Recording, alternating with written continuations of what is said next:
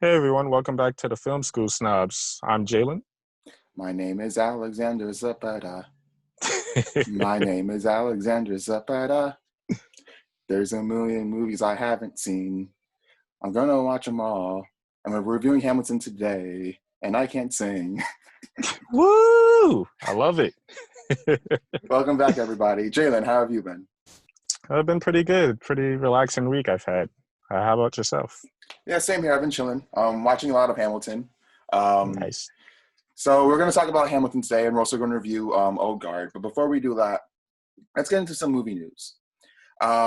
First big piece of news, at least for me, is that Lin-Manuel is going to direct the Wolfman movie starring Ryan Gosling. Lin-Manuel directed Invisible Man, which came out earlier this year. Hmm. And Jalen, you and I both saw Invisible Man together, and we both really enjoyed it. Yeah. Yeah, that was actually like the last movie you saw right before everything went to crap. So For real. it was good though. It's a pretty good director. Oh yeah, he also directed Upgrade, which is like a really unique action movie, just Hmm. like in the way it's shot, and you can even see that in the way he shoots Invisible Man. So I'm Yeah. interested in seeing what he does with the Wolfman and like what unique spin he takes on that. So far, Universal has like some really interesting stuff going on with their MonsterVerse. They have the director who did The Invitation, which is a really underrated horror movie. She's directing Dracula, which I'm so excited for. Hmm. So yeah, I'm looking forward to this. And I've always said we need more vampires and werewolf movies in modern Hollywood because like the combination of like Underworld and Twilight just like completely ruined their image. Yeah, I mean, those Universal monster movies, they're the ones who did the whole cinematic universe before Marvel did. So yeah, they should take the crown back now. Exactly. So moving on to some other news, the creators of Westworld are creating a Fallout TV show for Amazon Prime. Now, I haven't played a whole lot of the Fallout games. I tried Fallout 4 for a little bit, but it just wasn't my cup of tea. And this is coming from someone who loves like the Elder Scrolls games, which are also made by Bethesda. Mhm. Jalen, do you play any Fallout? I've played three, New Vegas, and a little bit of four, but I'm not that huge into it. But it's a fun series. I'm not a. I think we said this when you were talking about Skyrim before, but I'm not a big RPG guy. So a lot of those elements doesn't really appeal to me. But I like the world building. I like the lore for Fallout. So I'm interested in checking out this show. Awesome. Yeah, it's also by the creators of Westworld, which like I hear a lot of Mhm. like mixed things about it. Like everybody loved the first season, and then like the second and third, I'm hearing a lot of mixed things about. Yeah. The second season for me, it caught me on like the second rewatch because watching it on a week by week basis, it got really convoluted. But I think if you binge watch like all three seasons together, I think it's a much more consistent show. So I definitely recommend it. Awesome. And then the last piece of news, Zendaya and John David Washington have filmed a movie in secret with the creator of Euphoria, um, which is pretty interesting because Hollywood productions have been on lockdown throughout this entire quarantine period. So that like nothing has been shot, except unless like some people like, are filming some stuff in like Europe and New Zealand. Um, Mhm. but otherwise, like in America, like there have been no movie productions. Yeah.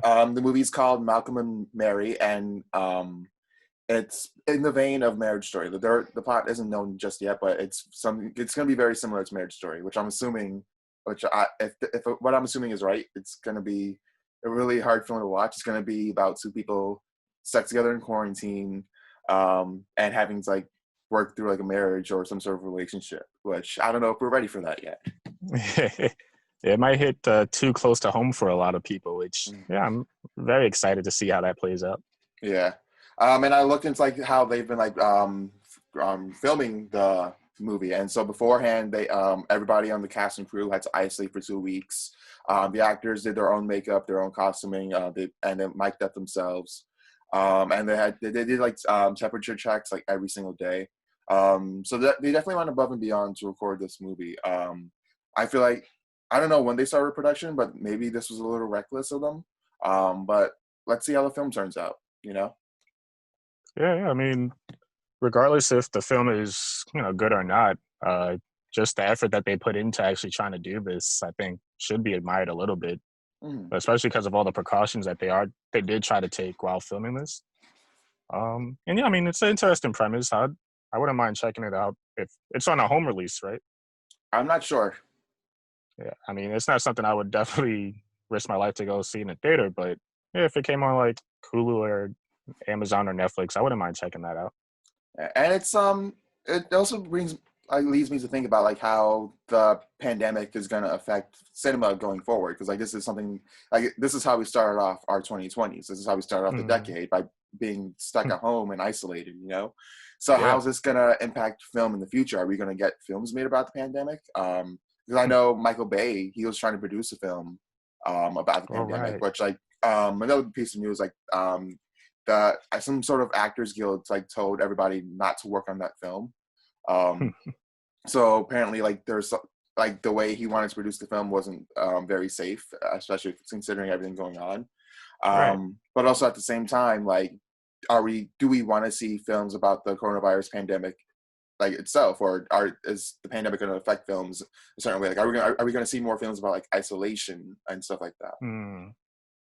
Yeah, I mean, I guess I mean, not to go too deep into it, but there's always like some type of event that, you know, triggers what happens in cinema. It's the whole old debate of does life imitate art or does art imitate life? I mean, you look Um, back at 9/11 when that yeah, I was happened. just about to say, yeah. Yeah, you saw films get a lot more patriotic. I remember I watched Spider-Man frequently, and throughout the entire trilogy, like you see like the New York pride and how you mess with one of us, you mess with all of us. Hmm. Yep, yep. So yeah, that's an interesting point to bring up. And another point too, going back to what you were saying about just how it affects film overall and how we started the decade off with this. It's interesting you think about uh when we started off the 2010s, like Avatar was the biggest movie of all time and 3D was really influencing the whole cinema scene. So now it's like, well, coming into 2020, we've already seen that shift from theaters to home releases and the whole digital aspect of it. I guess yeah, I mean, this might just be the new way going forward now. Jen, I think you're forgetting the most important thing. Christopher Listen. Nolan has tickets for Fortnite. Well, listen, man, if you continue to put film releases on Fortnite, then we don't need theaters, period. No, we need theaters. I do not want to make a Fortnite account to watch my movies. This is like some Ready Player One type stuff. Like, Yeah, right. jeez. Listen, man, we're not that far off yet. I forgot what year that movie took place or the book, but we're not that far off. I think it took place in like the 2020s or like maybe 2030s. I'm not sure. I was like double check, but yeah, we're getting close to there. Listen, Back to the Future lied to us. This is the future now. We're all stuck at home. For real. So moving on from there, we're going to discuss the films that came out in the past 2 weeks. First, we're going to talk about we're going to mostly talk about Hamilton, and then we'll discuss Old Guard a little bit. But let's start off with Hamilton. Jalen, were you interested in Hamilton before it was released on Disney Plus? Like, have you ever seen it, or have you ever like been interested in checking it out? Yeah, well, so the thing is, like, I have a friend who's really, really into just Broadway and off-Broadway theatrical shows. So, like, pretty much for like the past 3 years or so, she was always trying to put me onto Hamilton, even to the point where she would make me listen to the actual soundtrack, and I was like, what is this? This epic rap battles of history nonsense. I don't want to listen to this. But it was the whole idea was very intriguing to me because Lin-Manuel Miranda, I feel he's a very creative man. I saw what he did in Moana and um, what was the Mary Poppins one? I Mary thought he was a Poppins pretty Returns. yeah. So I thought he was a very creative dude, and the whole premise of it seemed interesting to me. So I always wanted to check it out, but ticket prices was just way too expensive for me to actually go out there and see it. Yeah, I'm in a complete opposite boat. I always like heard about Hamilton through the years, and then I heard at like some point there's a rap battle between Thomas Jefferson and Hamilton. I'm like, wait, what? Um, but I've never been all that interested in checking it out. I've always heard people talk about it, but it's just not something that always like grabbed my attention, and I knew very little about it. So I heard it was Right. going to be on Disney Plus, and so I'm like, okay, well everybody's talking about it. It's getting a lot of hype right now because it is on Disney Plus, so I guess I'll check it out. So after finally hearing about it for so many years, Shannon, what do you think of Hamilton? I thought it was really, really amazing. Which is surprising because usually when stuff is like hyped up so much after so many years, and everybody says it's the best thing ever. And I mean, with Broadway, everybody says everything's the best thing ever.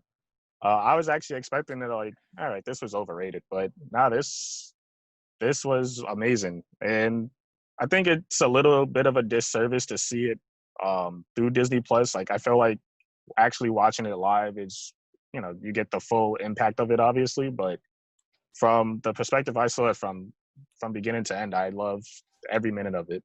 Well, I love most of the minutes of it. Towards the end, I thought it kind of drug out a little bit, but overall, I thought this was amazing. Definitely Yeah, amazing. I gotta echo your sentiment. Like I said, I vaguely knew about the show beforehand, and so when I finally sat down and watched it, it kind of blew me away. I'm not gonna lie, I've watched it 3 times in the past week. I went from not knowing much about Hamilton and not being all that interested in it to like obsessing over it, listening to the soundtrack at work, coming home and watching it again. I kind of have an unhealthy obsession with this play, guys. Yeah, it's absolutely amazing. I'm really glad they put it on Disney Plus. Yeah, because I know originally Disney they had bought the rights for it, which surprisingly they only spent 75 million for this, and then supposedly the reports are saying like just Hamilton alone increased Disney Plus subscriptions by like 650% or something like that. So I think they definitely got what they paid for with this, but um yeah, I mean, just the whole premise of it, you're telling a history story, which usually it's good enough to put me to sleep, but you introduce the hip hop element into it and the whole musical aspect of examining Hamilton's life, which I know you wanted to talk about a bit later, but yeah, just his overall most important aspects of life, but you put it in a bunch of nice rap melodies and R&B melodies. It's mind blowing, like you said. It's It really kind is. of crazy. And the thing is, like, whenever you delve into like history or politics, like you're definitely going to find a lot of drama and a lot of like really big emotional moments, especially like the Revolutionary War or any type of war. There's always going to be these big, grandiose, emotional moments. Mm-hmm. But then when you accompany that with like music, especially like modern music, modern hip hop, you just like undercut a lot of those emotions a lot more. And just like amplify them a lot. Like there are a lot of like really powerful moments in this where the music just really helps it a lot. For sure. And for me being like a big hip hop nerd, I really appreciate it. You could tell Lin-Manuel Miranda, he's a even bigger nerd, because all throughout the show, there's like a bunch of references to 90s hip hop. Like, I forget the tracks because I only saw it once, but I listened to the soundtrack again, which I gotta say, now actually seeing the songs in context, it does not feel like an epic rap battles of history song. But yeah, there's lines littered throughout that reference like Mob Deep, like only 19, but my mind is older, and the 10 Dual Commandments, which is, a play on Biggie's 10 Crack Commandments. It's like all throughout, it's like littered throughout the entire show, and it's genius, really. I don't want Yeah. to sound like I'm really piping this guy's horn, but he did a great job with this. Everybody did. I mean, I come from a background where I did listen to like a lot of hip hop growing up, but like as of lately, I kind of like grown out of it. So I don't know as much about hip hop history as you do. But I think one of the great things about this play is that like it did make me more interested in checking out hip hop history. Like you said, it referenced the Mobb Deep song when Hamilton says he's only 19, but his mind is older. Mobb Deep said the same thing in his song Shook Ones Part 2. Mm-hmm. And so because of this play, I'm like, oh, well, let me go check out that song. And it's a really great song. So I think that's just like one of the interesting things about this. Like you're pulling from American history and you're drawing those parallels to like what's going on nowadays. Like in the Right. song My Shot, that's where he pulls out the Mobb Deep reference, but a lot of what he's saying, you can draw a lot of parallels like what a lot of rappers said in the 90s about how Mm-hmm. New York is like, how it's kind of as like a house through New York. And Aaron Burr at one point says, if you keep on speaking your mind, you're going to get shot. And it's kind of like the same thing you could hear in like a 90s rap song where if Yep. you keep on disrespecting or you keep on living like a certain lifestyle, you're going to get shot on the streets. Yeah. I mean, not even that, because even like with the whole we were talking about with the Spike Lee's episodes we did, Public Enemy. If you start speaking the truth and what the people actually needs to hear, then that makes you a target. And yes, the interesting point you brought up about Hamilton, and I think that was kind of the point that they were trying to do with this, is like the parallels you could draw between Hamilton and a lot of young hip hop artists. Because I mean, the whole only 19, but my mind is older. At that age, in our early 20s and late teens, we pretty much feel invincible. Like we're on top of the world. We can do everything. We can do everything. Nobody can stop us. But at the same time, and we saw what happened to Hamilton by the end of this, you're not invulnerable. Some people are not going to take kindly to how you treat others and how you conduct yourselves out there. So yeah, it's yeah, the parallels drawn between this and just life in general. It's great. And one of the most interesting things about it is that it has an all brown and black cast, Hmm. where a lot of the actors are Latinx or they're African American. Philippa Sue plays Eliza, is half Chinese. So they're really taking a lot of these white people, these white founding fathers, and they're recontextualizing that story in a kind of like Tarantino-esque way, the same way he did with like Inglourious Bastards or Once Upon a Time in Hmm. Hollywood. And like they're recontextualizing it to like tell this like fairy tale about American immigrants and American people of color, and drawing those parallels between the American Revolution and what's happening today. Yeah, I think that was the tagline too. It's like a story about a story about America then told by America now. Um, and it's great because there was those little moments too. With Lafayette and Hamilton, they're talking. I forgot the exact line. You would probably know it better than me, but they said something along the line of, "Oh yeah, this country built on the backs of immigrants." Yeah, and the crowd started cheering. It's Oh, like, yeah, immigrants, we get the job done. yeah, yeah. It's like, yeah, look at those and it makes, not to get too political, but it really makes a lot of these right leaning people a bunch of hypocrites. Like, I mean, these your founding fathers, they're immigrants, really, and Exactly. you idolize them to the point where it's like they're gods, but at the same time, they came from another country, they built it, and they built this one. Yeah, I mean, it really just puts everything into perspective. Like, yeah, how about we stop disrespecting the immigrants because they do get the job done? Yeah, exactly. Yeah, I mean, this play just has a lot to say about like the American dream and like what that means to like so many people.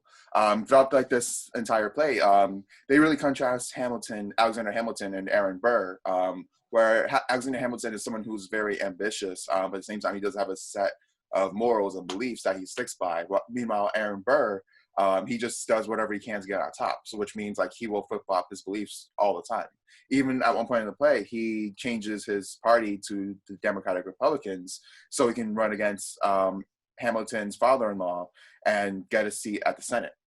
And so it really puts those two beliefs at contrast and it says a lot about how to like really excel in America.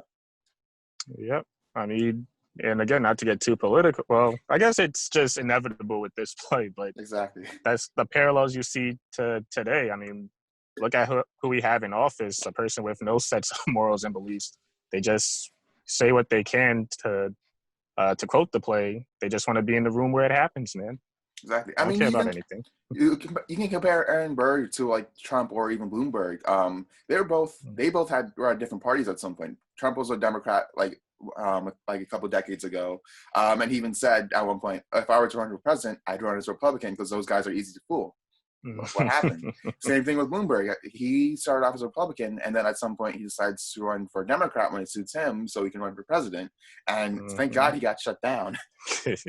Man paid for his own campaign and everything just to not make it anywhere. It's hilarious. Exactly. But it's the same thing that happened with Burr. He flip-flopped parties.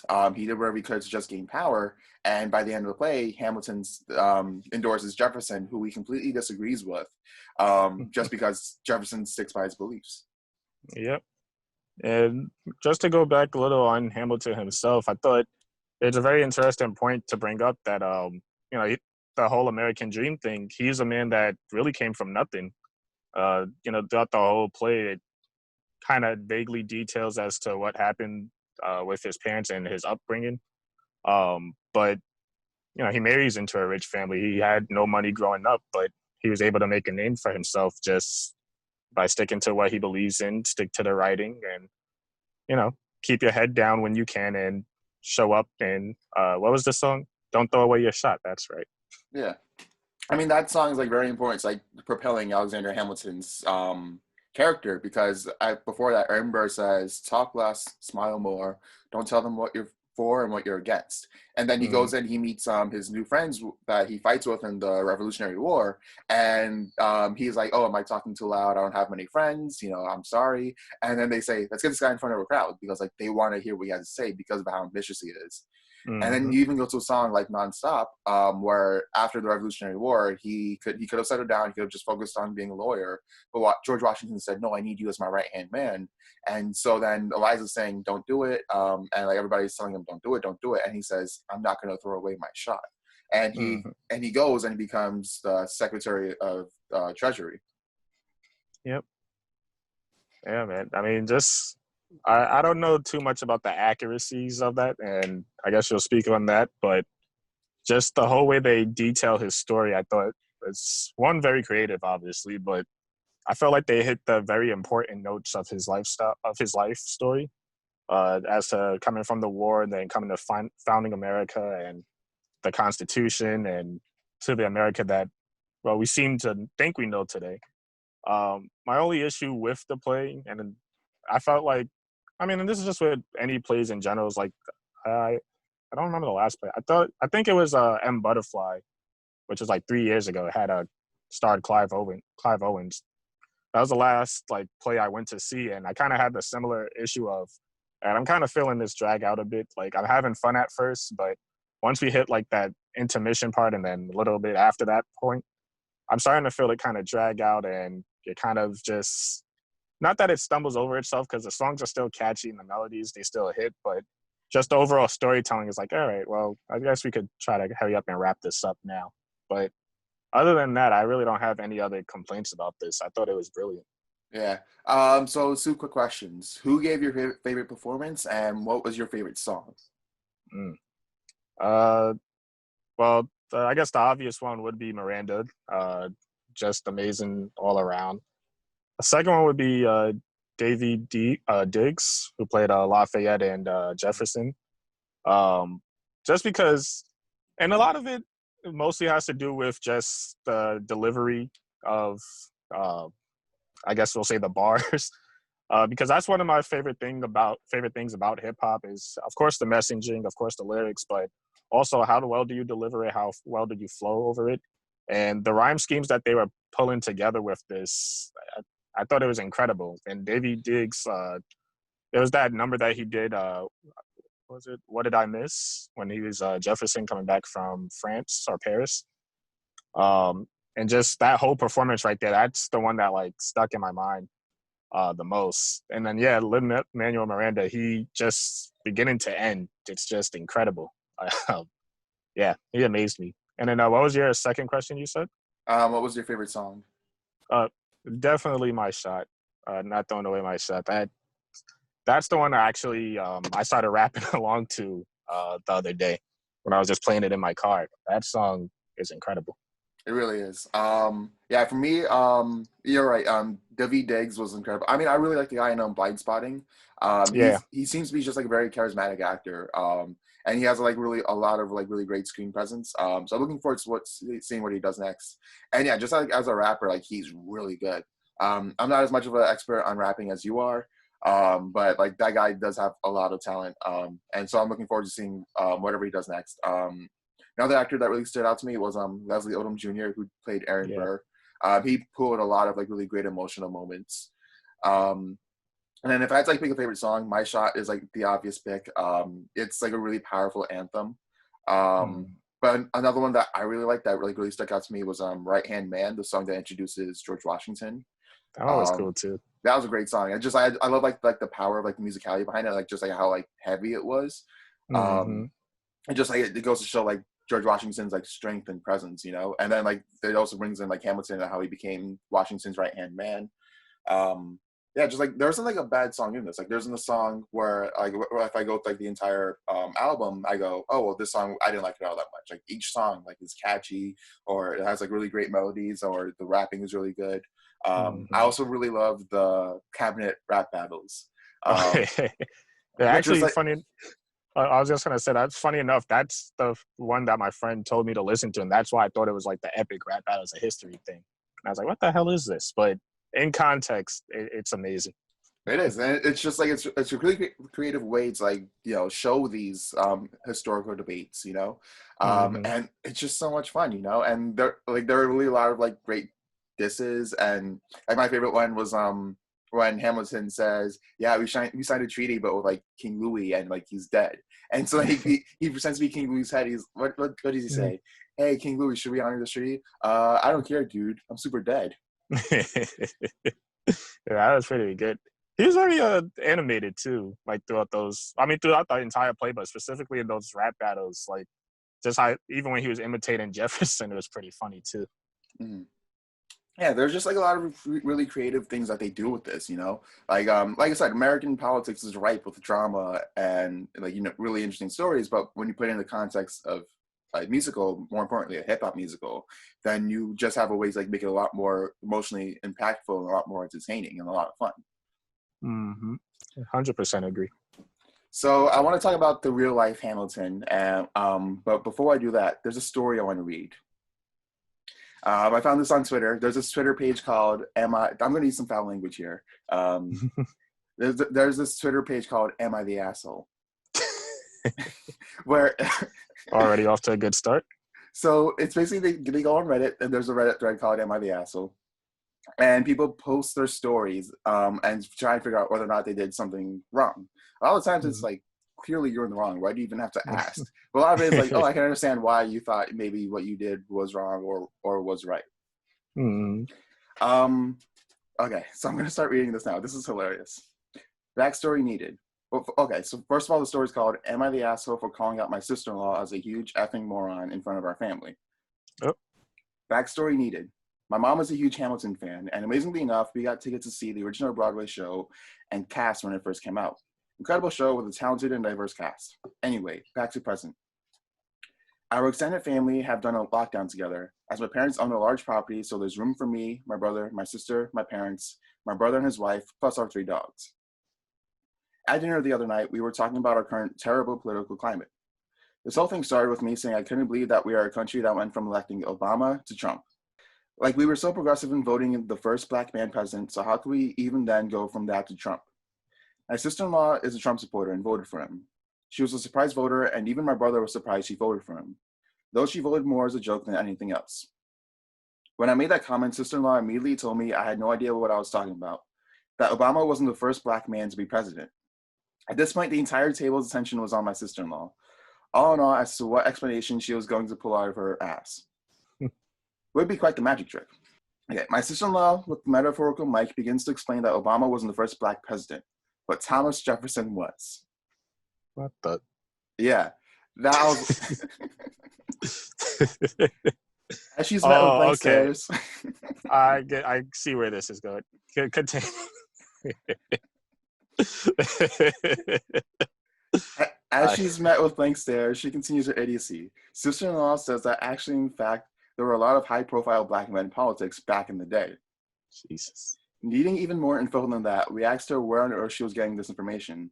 She then tells us, much to my delight and defeat, that Hamilton was very educational and had taught her a lot. Jesus. Again, another brick wall was hit, and again, we needed another explanation. She obliged and told us that before watching the show, she had no idea Thomas Jefferson was black. Me neither. Oh, God. Okay. Barking out the biggest laugh ever, I even spat out my water. This fool thought Thomas Jefferson was black because he was portrayed by a black actor, Daveed Diggs, in that show she saw that one time. History be damned, this whole time she thought certain historical figures were black because of who portrayed them on Broadway. Unable to contain myself, I just said, "You're such an idiot, a huge effing moron, it's unreal." And then it goes on to say the family laughed, and the brother-in-law got upset, and yeah, so she's like, "Am I the asshole?" It's like, well, clearly not, because he has to educate like this idiot. So, listen, man, this is why we shouldn't whitewash, because you get dummies like this. Now, that's actually hilarious. I saw that and I was like, what the heck? Okay. First of all, open up a history textbook. Listen, American history textbooks are not very accurate and they are very whitewashed, but they very clearly show pictures of all of our presidents, and Thomas Jefferson was a white man.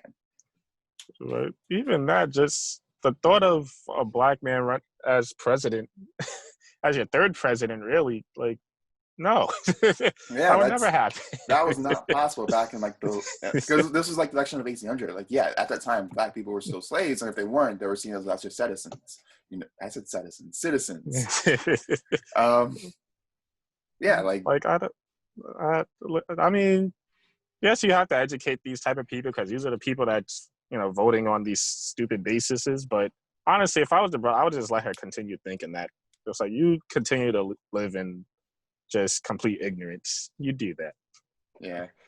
So from there, let's talk about like the actual historical context of Hamilton, because it brings up you see a lot of interesting discussions around like Hamilton and how accurate it is. Mm-hmm. And I will say, like, from what I've read, Hamilton is pretty accurate. But like it kind of like brushes over how much of a jerk Alexander Hamilton was, and how honestly how terrible he was. Because first things first, Hamilton created the Federalist Party, which was a party that believed that only the rich should have like the most power in Congress. Mm. Alexander Hamilton was an elitist. He believed that rich people deserved all the rights. The rich people deserved all the power, and that none of that power should have gone to the actual people, which would not fly today at all. And it didn't even fly back in the late 1700s. Yeah, it doesn't Throughout sound like it would. Yeah, like throughout, even like because when I was first watching the play, I'm enjoying the cabinet battles. I'm like, yeah, go Hamilton. But when you actually listen to it, like they do throw a lot of digs at Thomas Jefferson for owning slaves. But if anything, Jefferson was more on the right at the time, because he was fighting more for the people. Yeah, Like that granted, actually happened. now I was gonna say, granted, Jefferson did own slaves, so he's a terrible person, but he was more on the right than Hamilton was. Yeah, because actually that's what I kind of forgot to mention when we were talking about the whole cabinet battles. And plus Hamilton too. Well, allegedly he also owned slaves also, but um, actually during those battles, and specifically the one where they were fighting over whether they should help out France or whatnot, I actually thought that Jefferson was in the right for most of those battles, because, like you said, he was actually fighting for the people.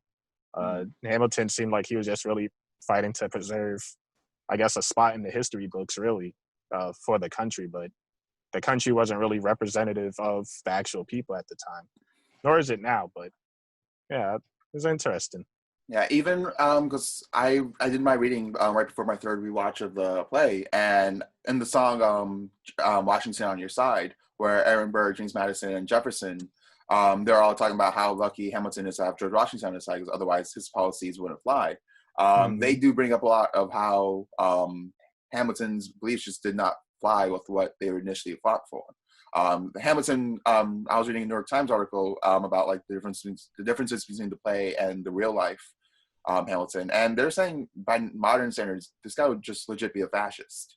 Yeah. Which like they fought a war to like, get rid of a tyrannical leader, and he wants to have a president that serves for life. Well, I think it also goes back to what we were saying earlier about Hamilton being a guy that came from nothing. He really would be, because he's the embodiment of the whole pull yourself up by your bootstrap type of thing. I Mm. mean, granted, he did marry into a rich family, but I mean, he put himself through school and he made it all the way to where he did, by himself, really. So yeah, I mean, by today's standards, it's like, yeah, I could definitely see him being like the face of what a lot of these right-leaning people would admire. Oh yeah. And then the other thing too is the topic of slavery with our founding fathers, because many of them did own slaves. Thomas Jefferson, even George Washington owned slaves. Mm. And throughout the play, Hamilton is kind of painted as like the abolitionist person, but in actuality, he really didn't take much of a stance on slavery. He was kind of like, yeah, I guess I oppose it, but he had bigger things on his mind. Well, at least in his head, he thought he had bigger issues. But yeah, but like the play tries to like paint him as someone who was like 100% against slavery, when in actuality he could have cared less about it, Mm. which I think is pretty interesting. And like they throw a lot of digs at Thomas Jefferson for owning slavery, just so so they can really paint him as the bad guy. Which, don't get me wrong, if you own slaves, you're a bad guy. But just like in terms of like the people in the room at the time, yeah, clearly Hamilton wasn't the best of guys either. Yeah, no, for sure. I mean, this is only something I just recently learned while in school, but even the abolitionist movement, like that whole party, is not necessarily they were fighting to free slaves, yeah, but they didn't necessarily care about the black people there really. Uh, they were fighting to free them, but actually the part that nobody really talks about is they was actually trying to push them out of the country afterwards. I believe to Liberia. So yeah, I mean, it's not like really back then nobody was a complete 100% saint, obviously, but at the same time there was those who were just still a lot more evil than others. Mhm. I mean, if anything, if I'm being completely honest, if I were at the time, with my like, if I could time travel back to like the 1800s or the late 1700s, and I were at that like election, or at that, I would find myself siding a lot more with Jefferson. Like, I wouldn't like any of them. It's kind of like modern politics. I don't like any of them, but like, if I had to vote, but yeah, like Jefferson's views did line up. I mean, he wrote the Declaration of Independence. Like, his views did line up more with like the country's ideals. Whereas, Hmm. like I said, Hamilton was basically a fascist. Um, but then again, I wouldn't like any of them because like they're all slave owners. So Yeah. Yeah, I mean, nah, I was gonna give him the benefit. It's like, well, everybody owned slaves back then, but you're still an asshole. yeah, just because like everybody owned slaves doesn't mean it was right. It's like that thing moms always say, where it's like, well, if everybody jumped off a bridge. Well, I mean, I would have to see the reason why they were jumping off the bridge. Really, maybe there was something at the bottom. Maybe, yeah. I don't want to miss out. Yeah, I mean, if everybody's getting treasure at the bottom of the river, like, Yeah, I might do it. yeah, I want to be rich. So any final thoughts on the Hamilton play? Yeah, just it's amazing. Check it out. It's on Disney Plus. I definitely, when things start opening back up, whenever that may be, I would definitely love the opportunity to go see this live. Granted, it won't be with this original cast, but I think just, and then something we didn't really touch on, but just the whole production aspect of it. Like, there's a lot of things that makes this work from just a technical level, even the stage, how it spins. You have the gaffers there doing their thing, the lighting, and the technicians up there was doing their thing perfectly. And The whole orchestra. I think one interesting thing about like how they shot it was like they shot this play over 3 days, all in the Yeah, same theater. So like they would run the play when there was no one in the audience. That way they could get on stage with the cameras and the steady cams, which is really interesting. yeah. I mean, that's something that I guess would be the one benefit to seeing it in this version rather than live is that a lot of the camera angles are actually really creative, like how they get really up close and personal and how it moves throughout. And like you said, through Steadicam, that was actually really amazing. But yeah, overall, it's big 10 out of 10, amazing, bravo, bravo, as the theater nerds would say. Yeah, definitely check this one out. Yeah, I gotta echo your sentiment. Hamilton was a fantastic experience. I definitely want to see it live, once everything opens back up. Once we can start like going back to Broadway and stuff. I've never been much of a theater or musical guy, but yeah, this grabbed my attention all the way through, and I'm gonna be watching it a million more times during the quarantine and during the lockdown. Um, so from there, let's briefly touch on another movie that came out on Netflix this weekend, called Old Guard, starring Charlize Theron. It's a movie about a group of immortals who've been around for centuries, and they throughout history they just go and they protect people. They go and they fight battles for the betterment of humanity. Mhm. Jalen, what were your thoughts on The Old Guard? So first of all, I just saw it yesterday, and I actually had no idea that this movie existed. I just went on Netflix and I saw Charlize Theron, and it showed action thrillers. I was like, all right, I'll check it out. So I had no idea. I didn't see a single trailer. Had no idea about the premise or anything. So as it's starting out, it's like, okay, well, seems like a pretty generic, straightforward action film, whatever. But then it gets to that point in the out of yeah, I guess we won't spoil it, but even though it's in the trailer, I just saw it before we started this, but it gets to that scene where they go there and the thing happens. I'm like, oh, okay, I was pretty interesting. I didn't see that coming. But then they start coming back to life. I'm like, wait, what is this? And so as they explained throughout, I was like, oh, okay, this is like some sci-fi supernatural thing. I'm digging this.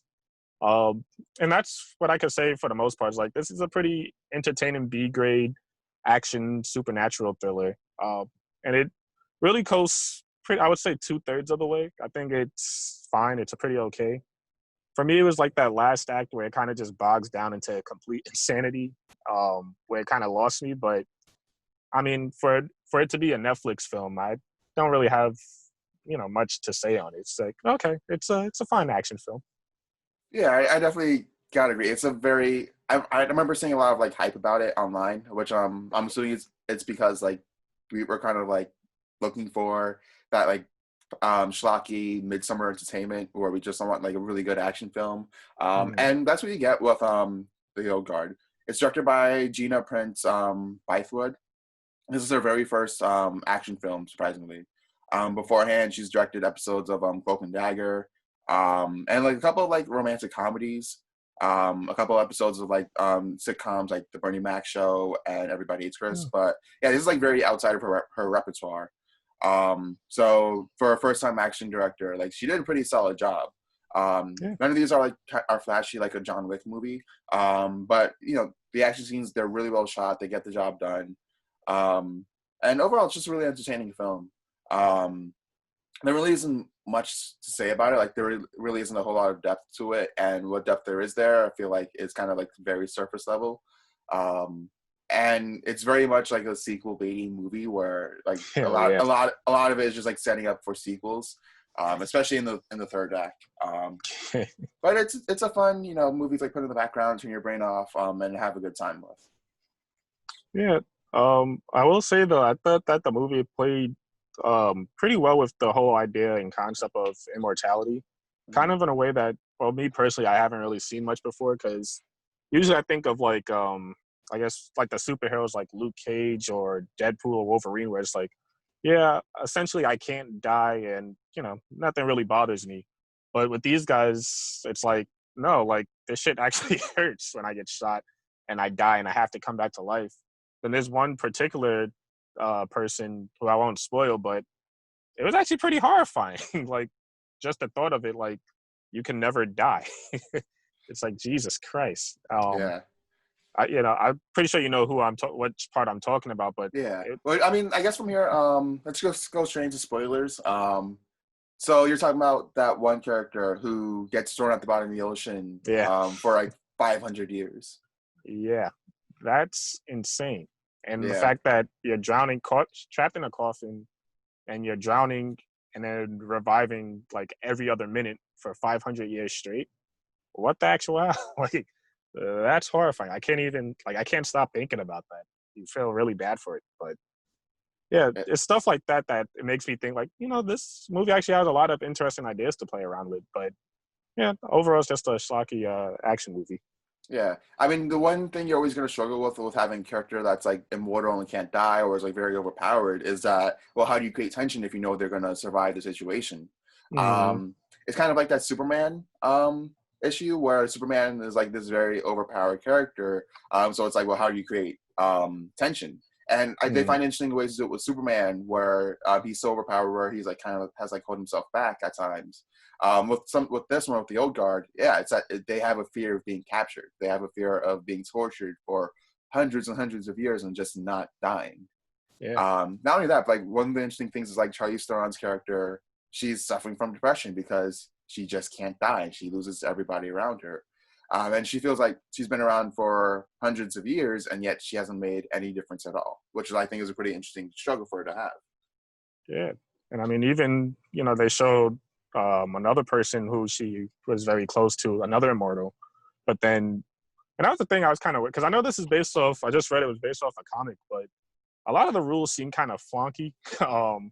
But apparently, like, well, depending on how new you are, then you won't die. But if you've had these powers for years, then you could die. It's like, all right, well, I guess. But Yeah, that just seems kind of random and something that's going to come yeah, up just when they need tension. Like that's basically what happened with Charlize Theron's character. Like, oh well, we need some tension. Okay, well she can die now. yeah, it's like okay. I mean, maybe in the sequels they'll explain that. Not that I'm really like looking for it or looking out for that, but Mhm. there's those interesting ideas like well even the immortals it's like well you spend all these years with somebody and the thought of well now I'm out of your life now after thousands of years it's kind of look at it it's like well, that kind of sucks I don't want to be immortal. This is terrible. Yeah, being like everybody's like, oh, I wish I could live forever, but it's like, no, it kind of seems depressing. It's like have your entire like family and friends die around you, and then you're just like Hmm. continuing to grow, like go through the time and stuff. I was like, yeah, that doesn't seem like fun. Yeah, not at all. And Terrible. and it does play with that because even you have that one character who lost his sons like way back in like the 1700s or whatever time Oh he's yeah, from.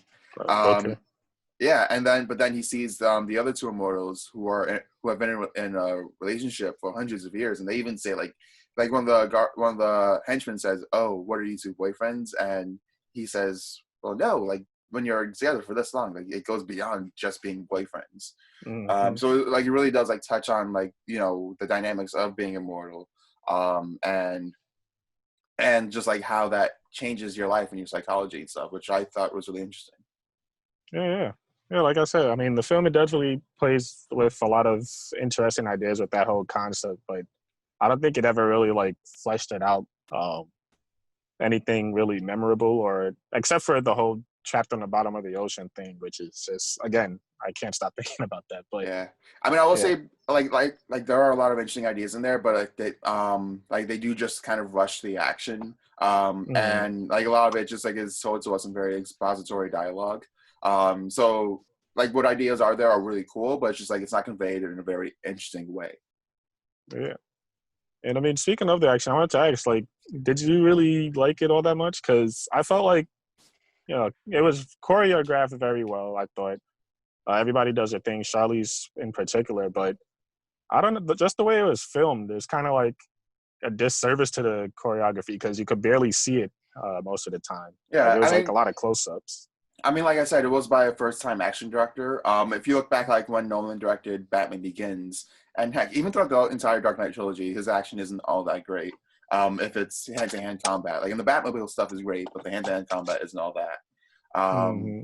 But yeah, it is a first-time action director, and so yeah, a lot of it is like it's all shot in close-ups and it's very quick cuts.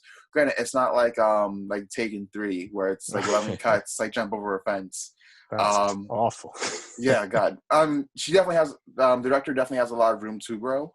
And I could see her doing a lot better maybe in the sequel. Hmm. But it wasn't like bad. I thought it was Yeah, like no, not at all. serviceable. Yeah. I guess yeah, for a first outing, it's pretty good, all things considered. But yeah, definitely a lot of room for improvement. But Mhm. listen, when the sequel comes up and it's a Netflix release, I'll watch it. Yeah, and the one thing I'll say about the action, I'm a huge action guy. I'm a man who's like always who's grown up watching a lot of action movies. It's just like kind of in my blood. Um, Hmm. but like I will say, like the action itself, just like the way the action plays out, isn't very unique. It's like stand at one corner and shoot at the other guy, keep Yeah, progressing, shoot at the other guy. Whereas you compare that to something like John Wick, where John Wick like they have more creative set pieces. So it's making interesting action isn't just about like how you shoot it and how you choreograph it, but it's also hmm, just about like the stakes at hand and like well what's actually happening in this action scene. If it's just like two right. people standing from two different sides of the hallway shooting at each other, well that's kind of boring, that's kind of uninteresting. But if you have Right. John Wick where he's like running through catacombs and he's shooting people and then he gets out of the catacombs, but then he has to fight Common, and then they have a fist fight, that's like a lot more interesting, a lot more dynamic. A lot of the dynamics are kind of missing from these action scenes. Yeah. I mean, that's a great point because even with another Charlize Theron action film with Atomic Blonde, the film itself I didn't really care for, but everybody always talks about that fight scene, the one take fight scene that happens. On the staircase, which is incredible. Like Yeah, I'm not a big fan of the movie either, but that action scene is awesome. it was amazing. And like you said, like the stakes I hit, like you see throughout like how tired she's getting fighting because she's fighting for like quite a while. And then Mhm. how that transitions to like an actual car chase is like, yeah, that's a great point to bring up. Like the actual storytelling within the fight itself is just as important as to how it's filmed and staged. Exactly. And that's like kind of what separates. This is going to go into like a discussion about like action as a whole, but that's really what separates the really unique action films from kind of like the fodder, like the Elgar, where there's just like the fun, turn your brain off and watch it type of films, or even a lot of like bad movies, a lot of bad action movies, like you like Atomic Blonde. Like you can say, oh well, it wasn't the story was kind of messy and I couldn't really follow it, but man, that action just like really stands out. Yeah, for sure. I mean, you'll probably hate me for this, but that's actually exactly how I feel about John Wick Chapter 2. It's like the story I thought was all over the place, but the action made that movie amazing. Yeah, I mean, John Wick movies are more about like the action than they are about the story, so I'll give you that. But yeah, I love John Wick. I love all three of those movies. Yeah, they're amazing. If anything, I feel that way more about John Wick 3 than I do Chapter 2. John Wick 3, like the story is like kind of messy, but man, that action really saves it. See, that's a bit because, well, I guess now come from action to talk about John Wick, but the thing is, like, I felt like with Chapter 3, it kind of I don't like the story. It definitely does like because it even has like the whole globe trotting aspect to it, but with Chapter 2, I just felt like it was just things happening on top of each other just because. And it's like with Chapter 3 is a more straightforward storyline that can facilitate the action. But I mean, we're arguing about John Wick movie stories, and all three of them, the action's amazing. So at the end of the day, I don't think it really matters. But Yeah, yeah. I mean, John. Like I said, I love the John Wick franchise, but it is like a franchise where it's more about the action than it is about the story, and the Hmm. action is stellar. You know. Yeah, for sure. So from there, let's talk about what the movies we've been watching over the past week or so. It's been a while since we've been doing what we've been watching. Yeah. So it's really just like 3 weeks worth of stuff we've been watching. So Jalen, I'm gonna let you go first. Um, well, I guess I won't take that long because I didn't actually really watch that much. Last night though, I did actually watch Tom Hanks' new film Greyhound. Um, it premiered on Apple TV this weekend, I think. It was either this weekend or last weekend, but I just saw it last night. And that's his World War II drama. Navy SEALs, and he's his first time he's commanding this whole convoy across the Atlantic, and he gets into this very epic battle. And this was a film that was supposed to be released in theaters this summer, but obviously because of the whole COVID situation, uh, they went for a digital home release, which surprisingly through Apple. I thought it would have been like Netflix or something, but Apple's, they got the money for it, I guess. Um, but overall, the film, I thought it was okay. I might have, and this is probably the first time I'll say this, but I feel like this is the type of movie where I would have rather, it would have probably had a better impact on me going to see it in theaters than watching it at home. Just because, and I guess this is what Christopher Nolan argues too, but just the whole scope of the film and the magnitude of it, that's something you're going to want to watch on the biggest screen possible and with the best sound and everything. Me, I only have like a 50-inch TV, a 55-inch TV, so it's not that impressive compared to a theater. But yeah, I feel like because of everything that's going on, just the loud sounds and the gunfire and everything exploding, that's something I would have rather sat in the theater and watched. But me and my dad, we watched it on the couch last night. It was fun. It was fine. Um, the drama aspects of it, I don't think it really hit as well as they thought it would. They set up a story where Tom Hanks is trying to make it home to his girl who he wants to ask to marry. And I guess that's supposed to be like the emotional force that drives him to actually want to make it home. But we don't really spend that much time with them. We literally get one scene with them and then just little flashbacks throughout the film. But none of it really hit that well for me.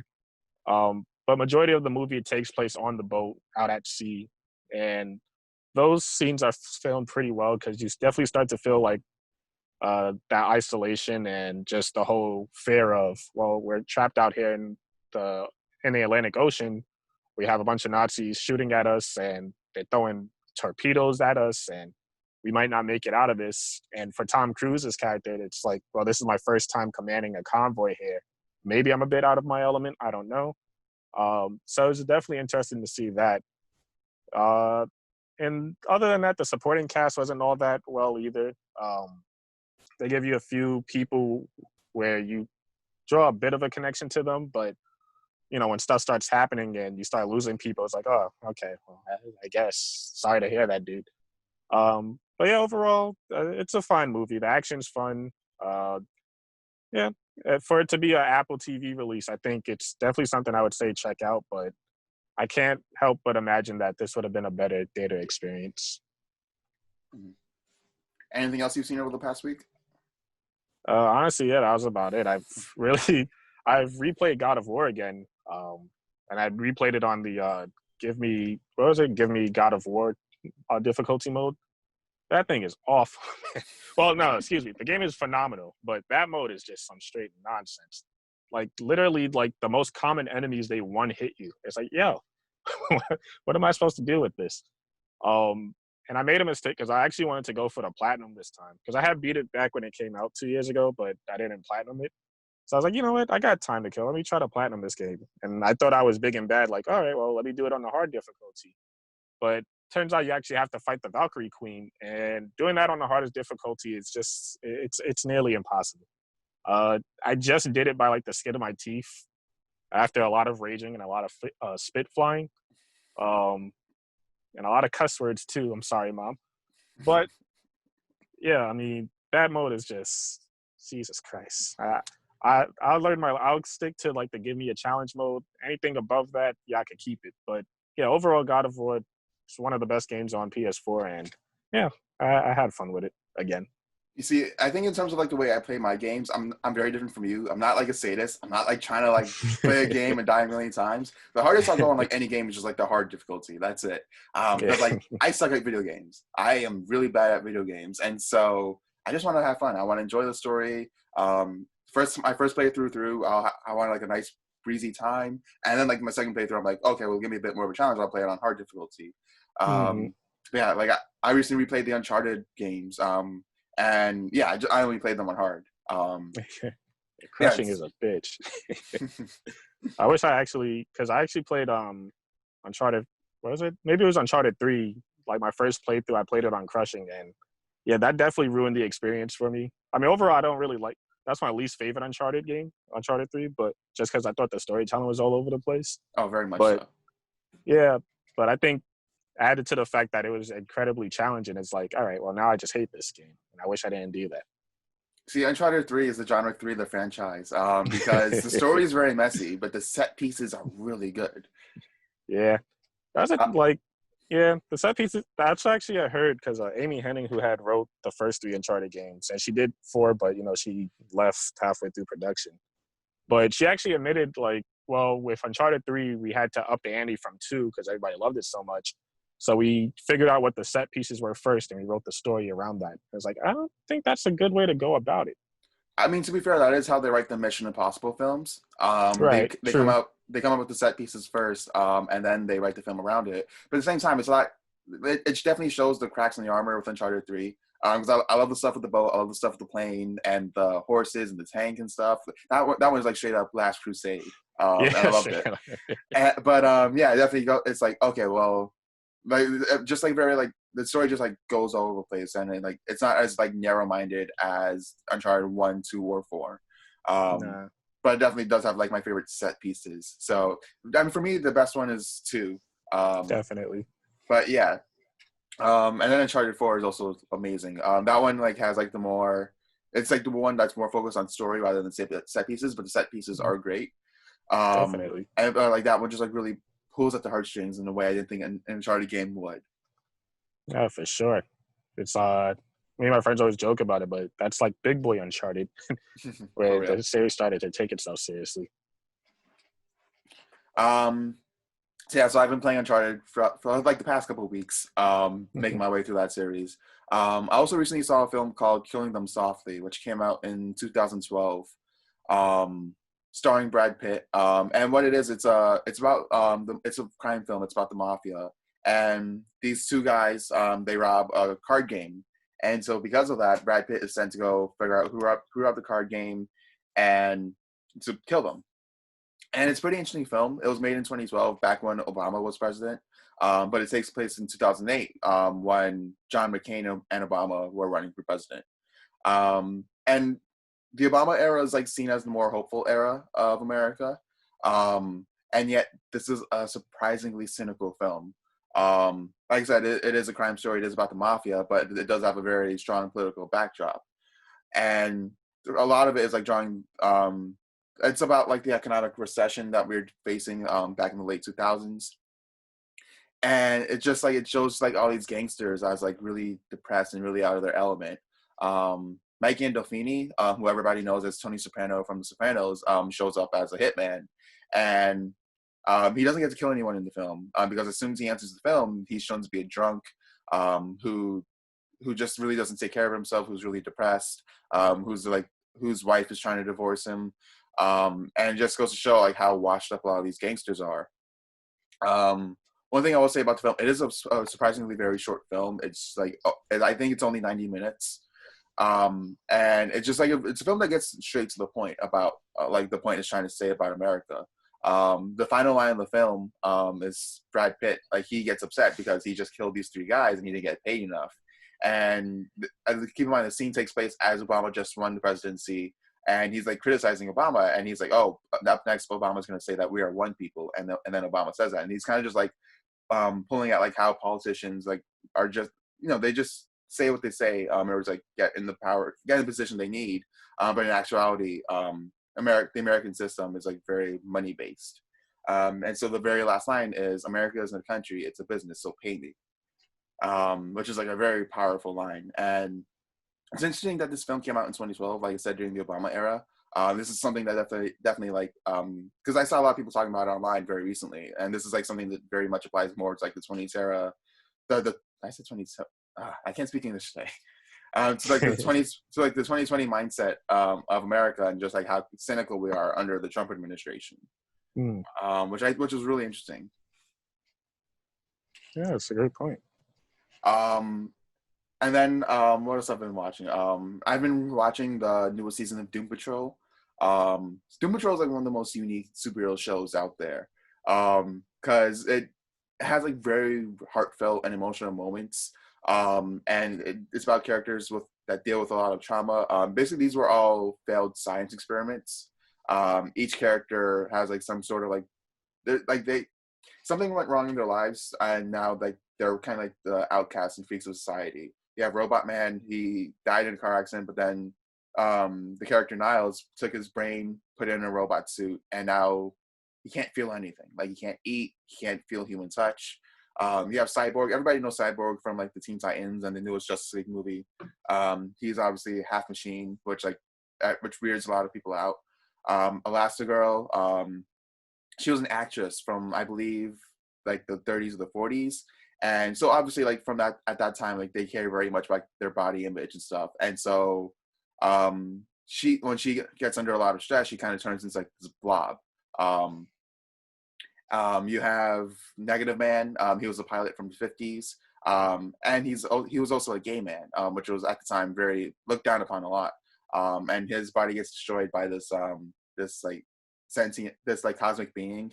You have Crazy Jane, who has, okay, so if you thought Split was crazy and because that guy had 23 different personalities, this lady legit has like 60 personalities in her brain. Like each one has a different superpower. Wow. Yeah. So you got this cast of really weird superheroes, and who are all suffering with a lot of trauma from their lives. But at the same time, the show just gets weird. It gets bonkers. They just like throw out, they throw in all types of weird stuff. Like one of the weirdest things in the show is that there's literally a street block. Like there's a street that's sentient, and it's non-binary. And so it's kind of like, maybe you're telling me this before. Yeah, so like this show just like throws everything at the wall. It's completely weird, but it's also like really heartfelt. It's one of the more unique superhero stuff that's being put out there right now. I'd say it's up there with like Daredevil, with how against the grain it is. So it's a show that I definitely recommend checking out. And yeah, and that's gonna be all for today's episode. Just real quick, I want to give a shout out to my friend Eli, who did the art that you now see as the profile picture. You can follow him on Twitter at Youngster Eli. He did a fantastic job. He made Jalen look like a cowboy, and I'm over there with my lightsaber, which looks fantastic. Artwork is dope, man. It's dope. Definitely check him out. Yeah, he says he's going to start doing commissions now. So if you ever need any artwork, I definitely recommend going to him. And thank you very much for watching. Jalen, where can people find you online? Yeah, you can follow me on Letterboxd at Jalen Michael or on Reddit at JMike127. And you can follow me on Twitter as Jedi Master Alex. And you can find me on Letterboxd as Alex Zapeta. You can email us at thefilmschoolsnobs@gmail.com and follow us on Instagram at thefilmschoolsnobs. Thank you very much for watching, and we look forward to seeing you on the next episode. Later, guys.